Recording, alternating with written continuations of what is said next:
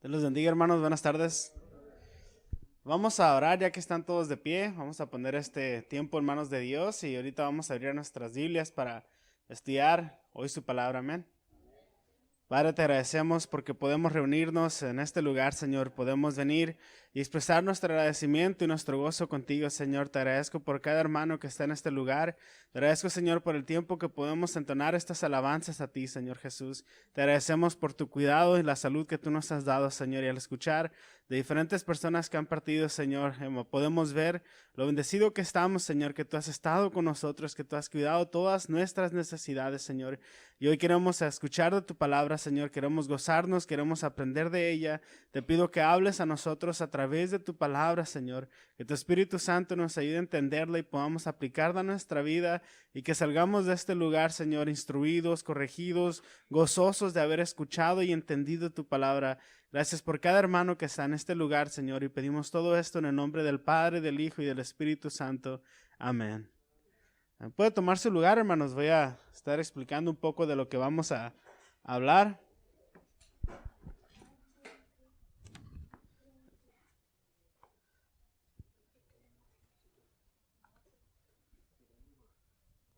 Si quiere arreglarlo, no sé cómo que. Es que no quiero que se vea el púlpito. Sí. Es que traigo un desastre aquí para que no se vea. Entonces, hoy vamos a estar estudiando, hermano, una parte de la escritura. También es una parábola como la que vimos la semana pasada. Y vamos a estar viendo en otro evangelio. Este día es en el libro de Mateo. Solamente quiero explicar un poco acerca de lo que vamos a estar viendo. En varias ocasiones, en diferentes predicaciones, he mencionado cómo el mundo rechaza a Jesús, cómo el mundo tiene su propia interpretación de quién es Dios. Y es muy triste. En la semana, no sé cuántos de ustedes ven las noticias, todo lo que está aconteciendo alrededor del mundo. En nombre de Dios se realizan muchas atrocidades, se realiza muchos actos de violencia. Nombre justificado por lo que Dios o ellos entendieron en la palabra de Dios o en la Biblia, o que estaba orando y Dios me dijo cierta cosa, Dios me dio a entender. Y entonces cuando veo yo todo este tipo de cosas, me pregunto qué parte de la Biblia estarán leyendo o qué perspectiva bíblica o qué, al leer la Biblia, qué es lo que entienden para poder salir al mundo y realizar esos actos de violencia o esa interpretación tan errónea que tienen de la palabra, unas ideas tan erróneas, tan disfiguradas de lo que realmente es la voluntad de Dios, quién realmente es Dios. Y uno de los ejemplos más claros es las celebridades, los artistas, las personas que seguimos muchas veces en redes sociales, a las que escuchamos o las personas a las que se les da un lugar en medios de comunicación masiva. Muchas veces a estas personas se les entrevista y cada una de ellas da una interpretación de quién es Dios para ellos. Y muchas veces en nuestras fallas, en nuestras debilidades y queriendo justificarnos por los errores que hemos cometido, decimos, bueno, si es cierto, si esta persona tan famosa, esta persona tan conocida o tan popular puede pensar así de Dios, tal vez ella o él sea una autoridad o sea alguien con conocimiento que pueda dar algún consejo espiritual. Y ese es un gran error, hermanos, porque la mayoría de ellos están muy perdidos. Igual que el resto del mundo que no ha creído en Jesucristo como Señor y Salvador. Entonces, las enseñanzas, los consejos, las opiniones que escuchamos fuera de la iglesia muchas veces están mal. Y el problema es que dentro de las iglesias también hay muchas opiniones, enseñanzas y diferentes cosas que se dicen que no son bíblicas. Ahora, la perspectiva de todo aquel que no tiene a Cristo Jesús como su Señor y Salvador siempre estará mal. Siempre estará mal. ¿Por qué? Porque no hay frutos de arrepentimiento en esa persona. Entonces, la parábola que vamos a ver hoy trata acerca de eso, acerca de los farsantes dentro de la congregación. Y una persona que es un creyente o un verdadero creyente será aquel que canta, que ora, que ayuna, que lee su Biblia, que viene todos los domingos. ¿O qué es lo que verdaderamente define a un creyente de acuerdo a las Escrituras? Es aquel que está entre nosotros y evangeliza con nosotros y hace todo lo que hace el creyente, el cristiano. ¿Cómo es o cuáles son aquellas cosas que lo hacen verdaderamente un hijo de Dios, un cristiano? Porque si nos ponemos a ver a nuestro alrededor, hay muchas personas que leen la Biblia y van, y como les comentaba al inicio, y hacen cosas muy feas. También oran y leen su Biblia y ayunan, pero terminan entendiendo algo completamente diferente. Salen allá afuera y cometen actos de violencia o dan una opinión acerca de Dios tan equivocada. ¿Qué es lo que realmente hace o distingue a un creyente? Bueno, en la Biblia encontramos de que desde el principio siempre ha habido farsantes dentro de la congregación, dentro del camino, dentro de las iglesias. Y esto es una pregunta muy importante, hermanos, porque esta pregunta, realmente el resultado final de esta pregunta es: ¿dónde pasaremos la eternidad? ¿Dónde pasaremos la eternidad? ¿Estaré yo siendo un creyente farsante? ¿Estarán aquellas personas que escucho y veo y tomo consejo de ellos? ¿También serán ellos falsos creyentes, falsos convertidos? Si me gusta acompañar, vamos a leer en el Evangelio de Mateo, el capítulo 13. Vamos a ver un poco del capítulo 13.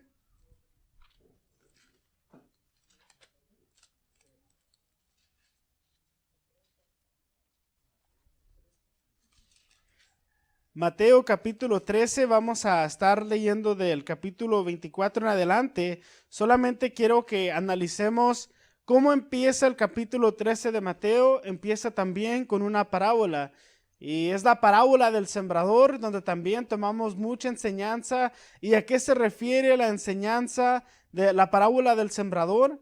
Habla acerca de dónde cae la semilla. La semilla en esa parábola viene siendo el evangelio, vienen siendo las buenas nuevas, y podemos ver que cae en diferentes tipos de tierra, cae en el camino, pero no todos dan fruto. No en todos los tipos de tierra hay un crecimiento, no nace la semilla, no germina, y en aquellas hay algunos tipos de tierra como los espinos que sí lo hace, pero con el tiempo se seca esa planta. Y Jesús explicaba a qué se refería esa parábola. Y en esa misma ocasión donde está explicando la parábola del sembrador, también empieza a hablar acerca de la siguiente parábola que vamos a leer en el versículo 24.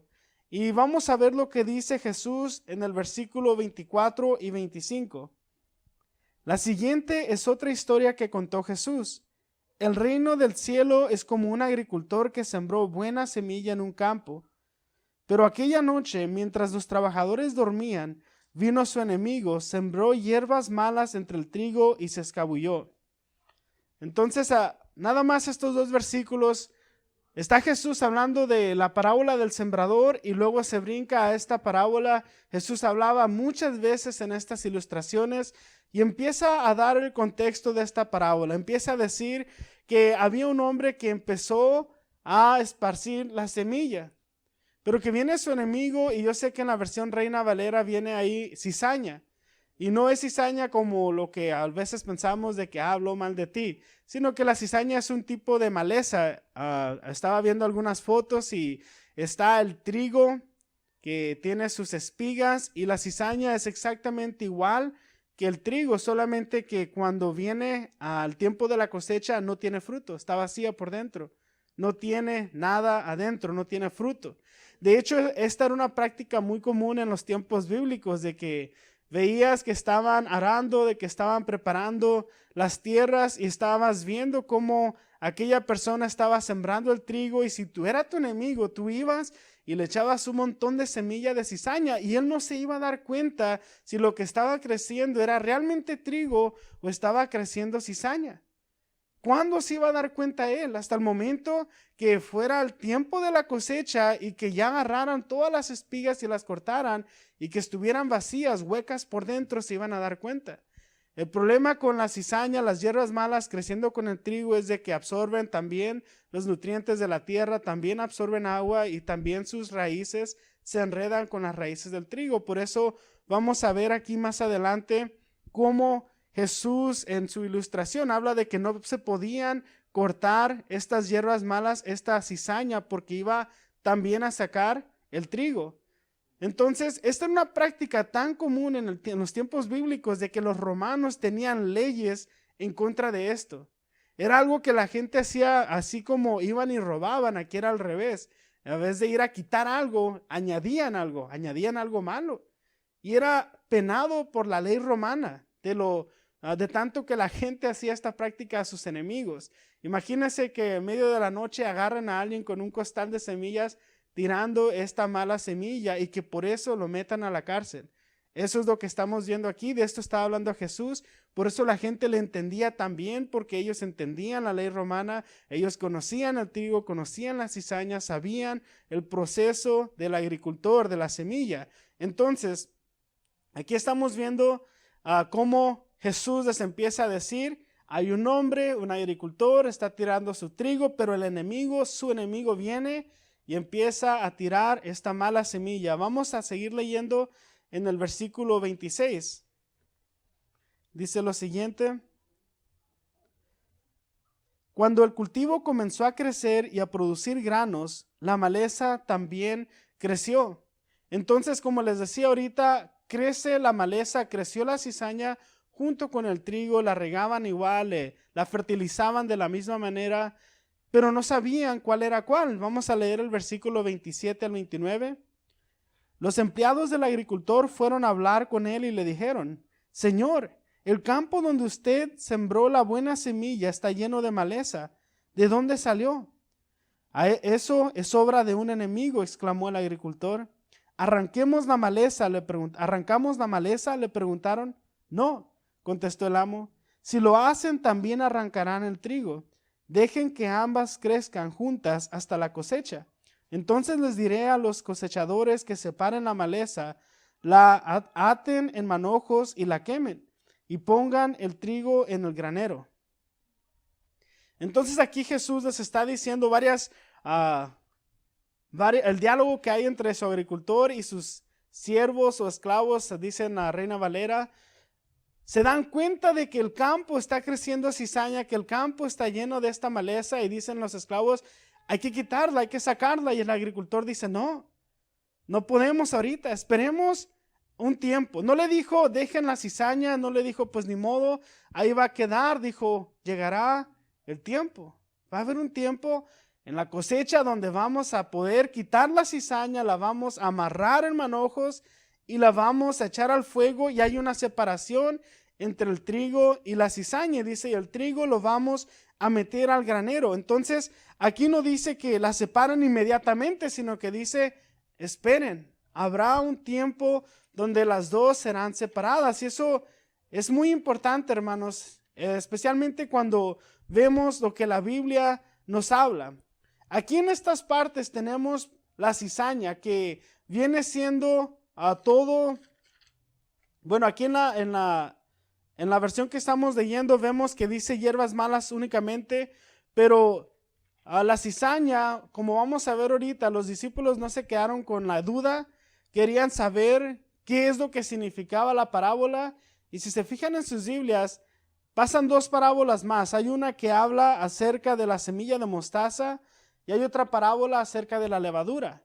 Y de todas las parábolas que dio Jesús, los discípulos se quedaron pensando acerca de una, porque tenía una consecuencia aún más grave, la parábola donde la maleza se agarraba, se ataba en manojos y se echaba al fuego. Por eso vemos más adelante, en los versículos 36 en adelante, que le empiezan a preguntar a Jesús: explícanos esa parábola. Porque vemos que en la parábola del sembrador nadie es atado y echado al fuego. Porque vemos que en la parábola de la fe como semilla de mostaza a nadie se le echa al fuego. Y vemos que en la parábola de la levadura tampoco. Pero queremos entender qué es lo que significa, qué es lo que representa lo que estabas hablando en la parábola de la cizaña y el trigo. Entonces, en el versículo 36 vamos a leer y dice lo siguiente: luego Jesús dejó a las multitudes afuera y entró en la casa. Sus discípulos le dijeron: por favor, explícanos la historia de la maleza en el campo. Jesús respondió: El Hijo del Hombre es el agricultor que siembra la buena semilla. El campo es el mundo y la buena semilla representa a la gente del reino. La maleza representa a las personas que pertenecen al maligno. Entonces hasta aquí Jesús empieza a explicarles qué significa cada cosa. Como durante la semana tenemos estudios bíblicos nosotros y también hemos estado viendo algunas parábolas.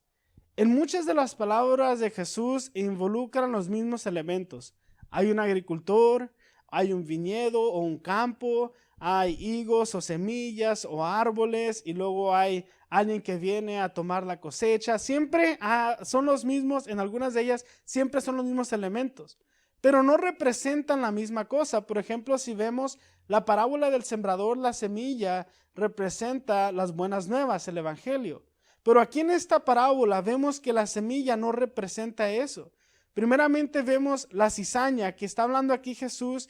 Él mismo está diciendo que esta representa a todos aquellos que le pertenecen al maligno. Les empieza a decir la buena semilla aquí en esta parábola son los creyentes verdaderos. La mala semilla son los farsantes, el agricultor es el Hijo de Hombre, es Jesús. Y el campo no es la iglesia, el campo es el mundo. Entonces dice Jesús, yo soy el agricultor en esta parábola, el campo es el mundo, no es la iglesia. La buena semilla es todo creyente que se ha arrepentido y tiene frutos dignos de arrepentimiento, y la mala semilla es un creyente farsante. Entonces, esto es importante de analizar, hermanos, porque a través de todos los tiempos en la Biblia encontramos creyentes farsantes, o incluso no los llamaría creyentes porque nunca han nacido de nuevo. Vemos que cuando Jesús llevó a cabo su ministerio aquí en la tierra, tenía 12 discípulos y entre ellos estaba Judas. Estaba la cizaña junto con el trigo, pero llegó el momento donde Judas fue expuesto por las cosas que estaba haciendo. Luego más adelante tenemos a la iglesia primitiva, donde más de 500 personas vieron a Jesús resucitado, y sabemos que muchos de ellos no hubo un nuevo nacimiento verdadero. Y después tenemos a Pablo, que es el misionero por excelencia en la Biblia, enseña tanta doctrina, tantos viajes, tantas personas que conoció, tantos milagros que hizo. Y la Biblia registra a muchos colaboradores de Pablo que realmente no habían creído en Jesús y por amar más al mundo que amar a Cristo, renunciaron su fe y se apartaron y lo traicionaron. Y Pablo nombra a muchos, uno de ellos es Demas. Entonces, vemos que Jesús tenía cizaña dentro del trigo. La iglesia primitiva había cizaña junto con el trigo. Pablo también colaboró con cizaña pensando que era trigo. Entonces, aquí podemos ver, hermanos, que lo que Jesús está hablando en esta parábola es algo que se ha cumplido en todo momento, desde que Jesús vino aquí a la tierra a enseñar cada una de estas parábolas y enseñanzas y la voluntad de Dios y el reino de nuestro Padre Celestial. Qué increíble que Judas estaba entre las personas que escuchaban esta parábola. Judas estaba entre los discípulos que le preguntaron al maestro, explícanos qué significa esta parábola. Ahora, muchas veces venimos a la iglesia, hermanos, y escuchamos una predicación y estando sentados sentimos que el Espíritu Santo nos redarguye. Sentimos que el Espíritu nos está hablando y nos dice, este eres tú. Ahora imagínese Judas sentado frente a Jesús, escuchando esta parábola que Jesús está explicando. ¿Qué sentiría él en su corazón? ¿Qué sentiría él? O Demas, que estuvo con Pablo y anduvo en muchos viajes, cárceles, estuvo en persecución con Pablo, pero amó más a este mundo que a Cristo. Después de tanto que hizo, tantas buenas cosas, tanta gente a las que fue de bendición, y aún así no fue salvo, porque amó más al mundo que a Cristo. Y muchos diríamos, no, pues Demas, si fuera una persona que llegara aquí a la iglesia, diríamos, wow. Pero ante los ojos de Dios no fue salvo, porque no fueron sus obras, no fueron sus viajes, no fue lo que hizo por la iglesia ni por Pablo lo que nos hace salvos. Entonces, aquí estamos viendo a Jesús explicando esta parábola. Y vamos a seguir leyendo, ahorita leímos solamente el versículo 36 al 37, vamos a leer el versículo 38, el versículo 39, dice lo siguiente: el enemigo que sembró la maleza entre el trigo es el diablo. La cosecha es el fin del mundo y los cosechadores son los ángeles. Ahorita veíamos al agricultor, la semilla buena, la semilla mala y el campo. Ahora vemos al resto de los personajes en la parábola. El enemigo que viene y pone esa cizaña en el campo, esa semilla mala, es el diablo. Y dice, y la cosecha es el fin del mundo. Es el día del juicio de Dios sobre la tierra. Y los cosechadores son los ángeles mismos, que van a separar a la cizaña, a aquellos que no han creído, al farsante, lo van a separar del trigo, del creyente verdadero. Entonces, tenemos ahora todos estos personajes y vamos a ver lo que sucede en el versículo 40 y 41. Tal como se separa la maleza y se quema en el fuego, así será en el fin del mundo. El Hijo del Hombre enviará a sus ángeles y ellos quitarán del reino todo lo que produzca pecado y a todos aquellos que hagan lo malo. Muy interesante lo que dice aquí Jesús. Y esto lo voy a comparar con algunas enseñanzas que hemos tenido durante los estudios bíblicos. Si recordamos en los estudios bíblicos entre semana, con los hermanos de California y algunos de ustedes que se conectan, veíamos acerca de los tiempos del fin. Y es muy interesante ver cómo desde los principios del tiempo bíblico, por ejemplo, algo que siempre comparamos a los tiempos del fin es la generación de Noé. Por lo que dice Jesús en Mateo 24, que el fin del siglo, el fin del mundo y todo, será como en los tiempos de Noé, que la gente se estará dando en casamiento, banquetes, borracheras. ¿Y qué sucedió con Noé? ¿Noé y su familia fueron quitados de la tierra o los pecadores fueron quitados? Los pecadores fueron quitados. ¿Y quién permaneció? Noé y su familia. Lot, cuando estaba en Sodoma y Gomorra, ¿fue quitado Lot y se quedaron los pecadores o los pecadores desaparecieron, dejaron de existir? Sí, eso fue lo que sucedió. Fueron destruidos los pecadores. Ahora Jesús en Mateo 24 también habla de que en aquel día uno será quitado, uno se irá y el otro se quedará. Y aquí Jesús está diciendo también, los pecadores, todo el que practique el pecado, todo el que hace lo malo, será quitado. Y el que permanecerá, ¿para qué? Para gozar del reino de Dios. Entonces, lo que estamos viendo es congruente con lo que vemos en el Antiguo Testamento y las palabras de Jesús aquí mismo en el libro de Mateo, donde Jesús, versículo 41, nuevamente dice, el Hijo del Hombre enviará a sus ángeles y ellos quitarán del reino todo lo que produzca pecado, y todos aquellos que hagan lo malo serán quitados los pecadores. Los pecadores serán quitados, todo el que practica lo malo. Y lo que debemos de realmente poner atención es la separación que se está haciendo del creyente verdadero y de aquel que se dice ser cristiano pero no lo es. En Lucas 16, hermanos, encontramos una historia muy interesante y es la historia de Lázaro y el rico. Si recordamos un poco de esta historia, Lázaro era un mendigo, un hombre que tenía muy poco, se acercaba a la mesa de un hombre rico para comer. Y este hombre rico no se fue al infierno porque era rico, sino que se fue al infierno porque no trataba a Lázaro como un hombre hecho a la imagen y semejanza de Dios. Porque él se creía autosuficiente, que no necesitaba nada, ni a nadie. Pero vemos ahí en esa historia que claramente Jesús habla de que existe el infierno y que están separados Lázaro y el rico. Lázaro está en el seno de Abraham en el paraíso y vemos que el rico está siendo atormentado, que está sufriendo. Es lo que vemos aquí en el versículo 40, es lo que vemos en la parábola de la cizaña que será atada y echada en el fuego. Pero más importante, hermanos, debemos saber de que lo que la Biblia habla del cielo, y así como está convencido que hay un cielo, debemos estar convencidos que hay un infierno. Y el problema es de que hoy en día hay muchas celebridades, artistas, personas populares, incluso iglesias universalistas donde dicen sí, hay un infierno, pero prefiero no creer en eso. O yo no creo que Dios sea tan malo que vaya a enviar a las personas que crió a ese lugar. ¿Cuántos de ustedes han tenido este pensamiento? ¿Cómo Dios va a mandar a alguien al infierno? ¿Cómo Dios va a mandar a alguien a que sea castigado, hermanos? Dios es justo. ¿Cómo un hombre como Hitler, que mató a 6 millones de judíos y mató a cientos de millones de personas más con un odio que tenía para tantas personas, cómo Dios no lo va a castigar? ¿Cómo no va a haber justicia? Es en contra de la naturaleza de Dios no castigar al pecador, porque Dios es justo. Como el padre que abusa de sus hijos no tendrá castigo. Dios es justo, hermanos. Y el infierno está hecho para satisfacer la justicia de Dios. Por eso existe el infierno, porque es de acuerdo a la naturaleza, a la justicia de Dios.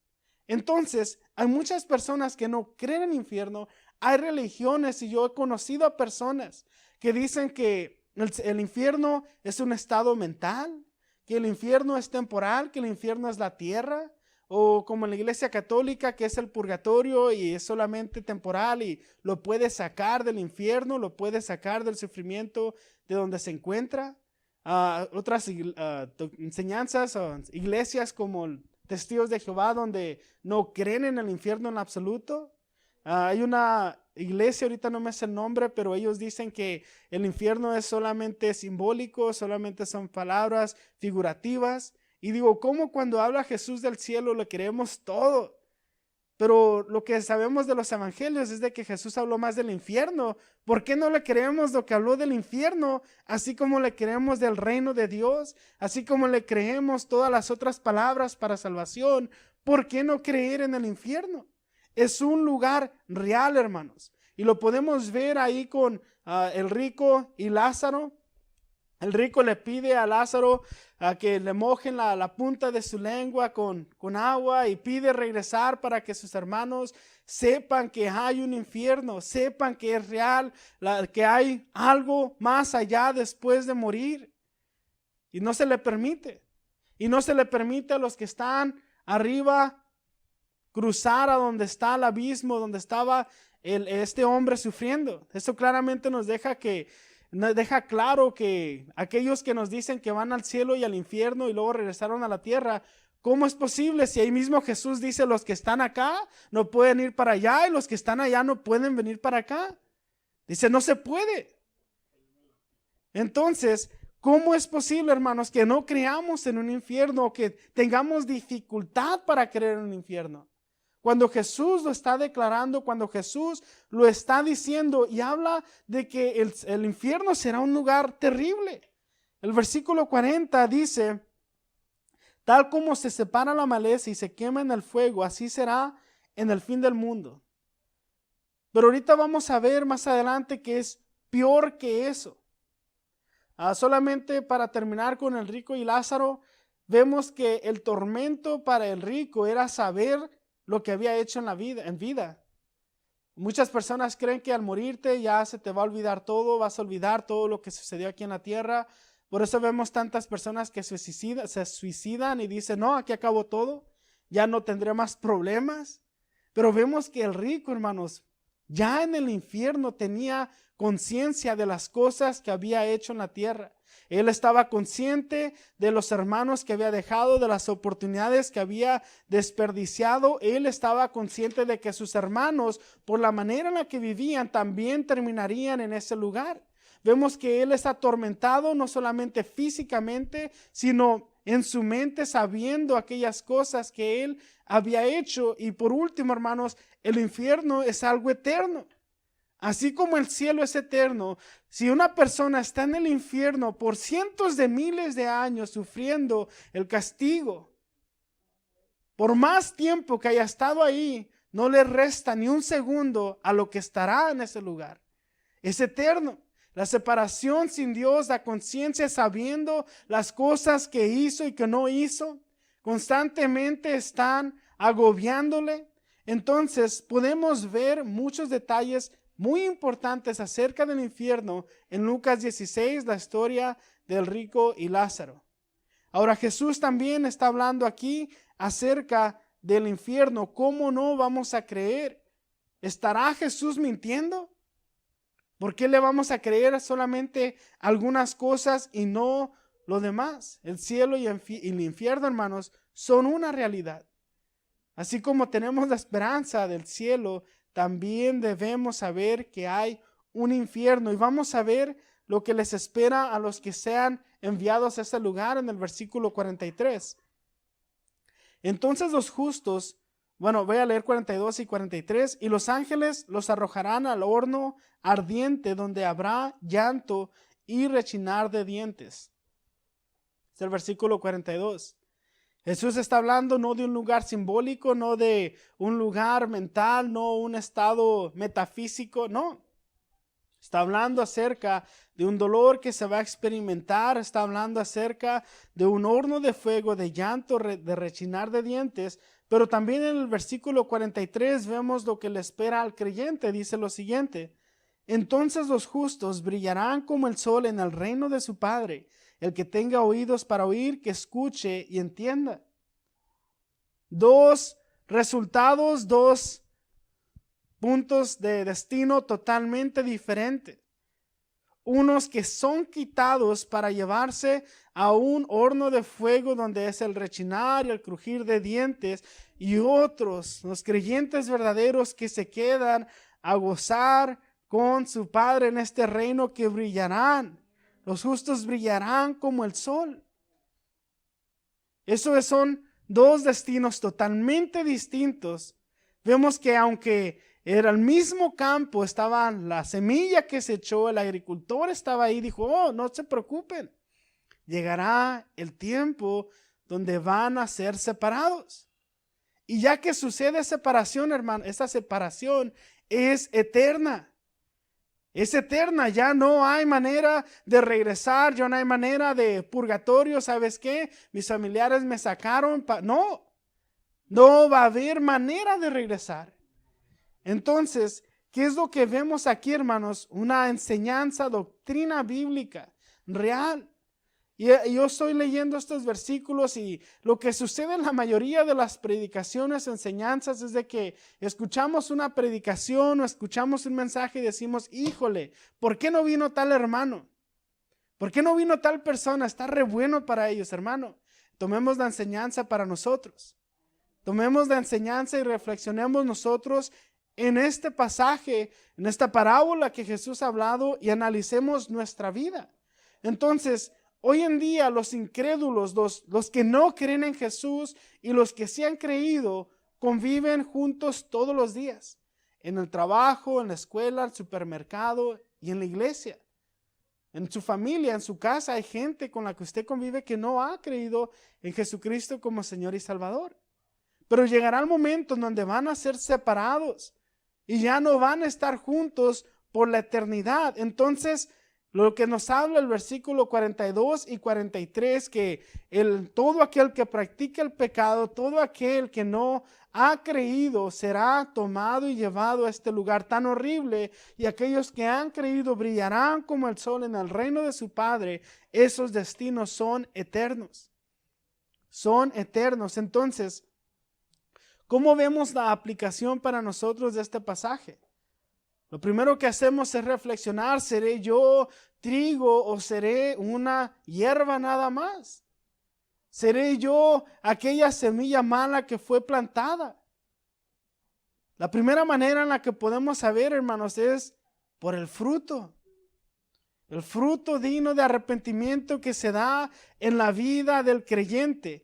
Hay muchas personas que piensan que van a heredar el cielo porque son buenas. Y es muy fácil identificarlo. Le pregunta: hermano, si usted muere hoy, y Jesús le dice: ¿por qué debo dejarte entrar al paraíso, al cielo, a la vida eterna? ¿Qué le dirías?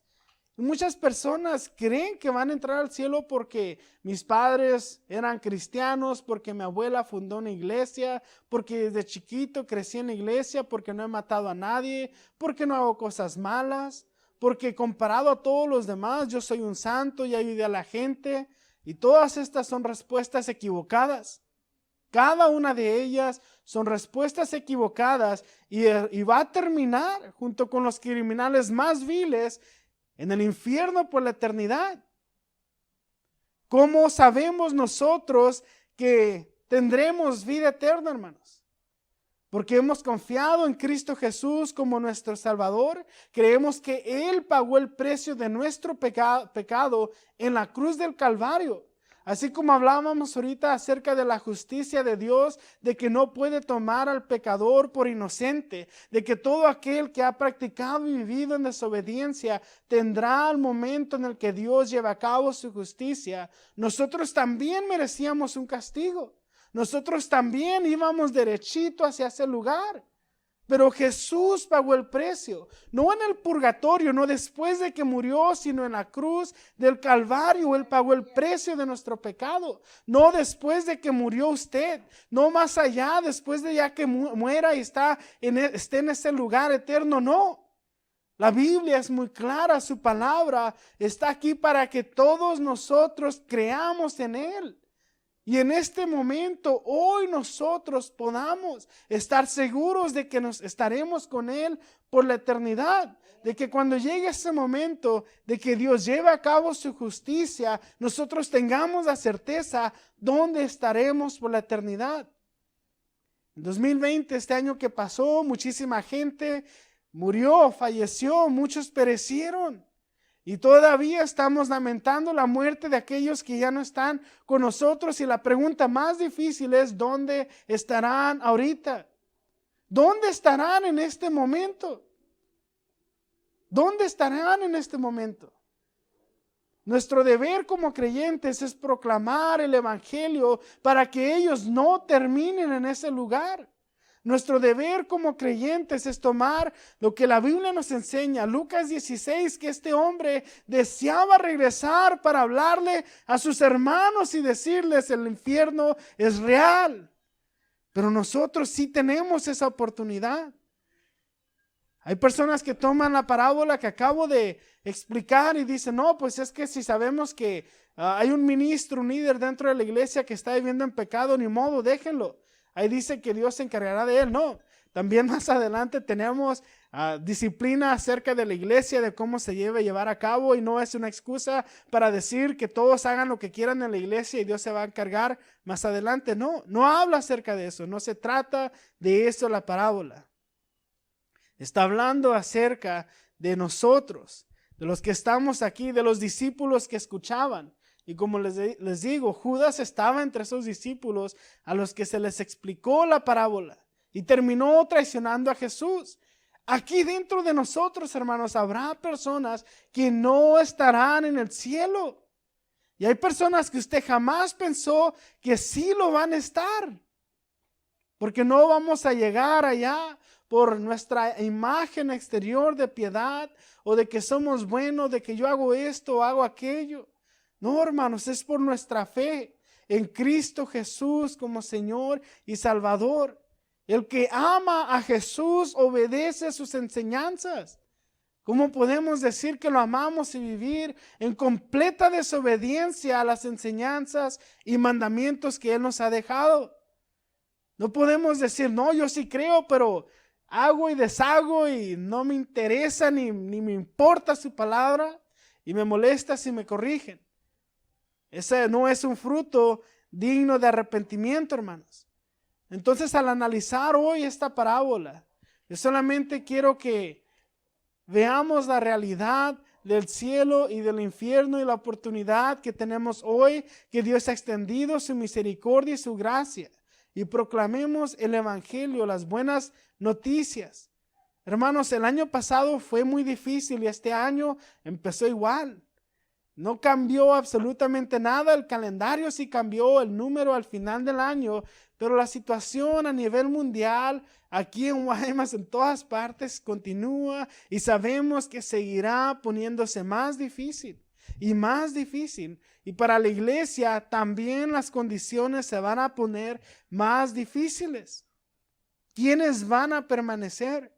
¿Cuántos van a amar más al mundo como Demas y rechazar la fe y traicionar a sus colaboradores en la fe? ¿Cuántos como Judas van a traicionar a Jesús, al Maestro? ¿Cuántos van a rechazar el milagro, la misericordia que Dios ha extendido a sus vidas? Y lo más importante, hermanos, el fruto. Si amamos a Jesús, ¿cómo estamos viviendo? ¿Cómo estamos viviendo nosotros? Usted se conoce, usted sabe, todos tenemos fallas y debilidades, pero usted se ha conformado y ha dicho, ni modo, así soy. O usted constantemente está luchando, pidiéndole fortaleza y sabiduría al Espíritu Santo para vencer al pecado, para vencer las tentaciones. O ha dicho, ni modo, si Dios así me trajo, así me voy a quedar, creo en Él, pero no puedo cambiar. Hermanos, no. Busquemos ser más como Él, porque eso es lo que su palabra nos habla. Esta es la enseñanza que preparé para el día de hoy, hermanos. Espero que haya sido de bendición, que hayamos tomado consejo de ella, reflexionemos en nuestra vida y compartamos con otros las buenas nuevas. Les invito a que se pongan de pie. Vamos a orar, hermanos. Señor Jesús, en este día te agradecemos porque podemos venir aquí a escuchar tu palabra. Esta es una muestra más de tu misericordia, de la paciencia y el amor que has tenido con nosotros, Señor. Vemos cómo están empeorando las situaciones y las condiciones alrededor de nosotros. Vemos cómo el mundo busca una respuesta. Nosotros sabemos, Señor, que solamente hay salvación en ti. Nosotros sabemos que solamente hay salvación en Jesucristo, el Hijo de Dios. Señor, te pido por cada uno de los hermanos que hemos escuchado el mensaje, que tu Espíritu Santo nos ayude a reflexionar en nuestra vida, que analicemos y examinemos cada una de las cosas que hacemos, el carácter que tenemos, los pensamientos que pasan por nuestra mente. Señor, te pido que nos ayudes a mantenernos firmes y sabios. Te pido que nos ayudes a proclamar tu verdad, Señor. Te pido por cada uno de los hermanos que han llegado a este lugar, Señor Jesús, que la carga que tienen por sus familiares y amigos que no son creyentes, que tú pongas la palabra en su boca para que puedan compartir con ellos también estas noticias, Señor, de salvación, de que Jesús ha muerto en la cruz por nuestro pecado, que Él ha pagado el precio de nuestros fracasos, de nuestros errores, de nuestra rebelión y nuestra desobediencia. Te pido, Señor Jesucristo, que tú nos ayudes a permanecer firmes, Señor, y perseverar hasta el final, Señor Jesucristo. Las condiciones de este año, la manera en la que las cosas cambian, nosotros no lo sabemos, pero tú sí lo haces. Tú sí lo conoces, Señor, y confiamos en ti. Pedimos que nos ayudes a permanecer, Señor. Te agradezco por la enseñanza de este día, Señor, que podamos creer que el cielo y el infierno son reales, que son lugares donde pasaremos la eternidad. Solamente hay dos caminos, únicamente hay dos lugares donde vamos a estar. Te pido que cada uno de nosotros pongamos esto en perspectiva y tu palabra nos ayude, Señor, a permanecer en ti. Pedimos todo esto en el nombre del Padre, del Hijo y del Espíritu Santo. Amén.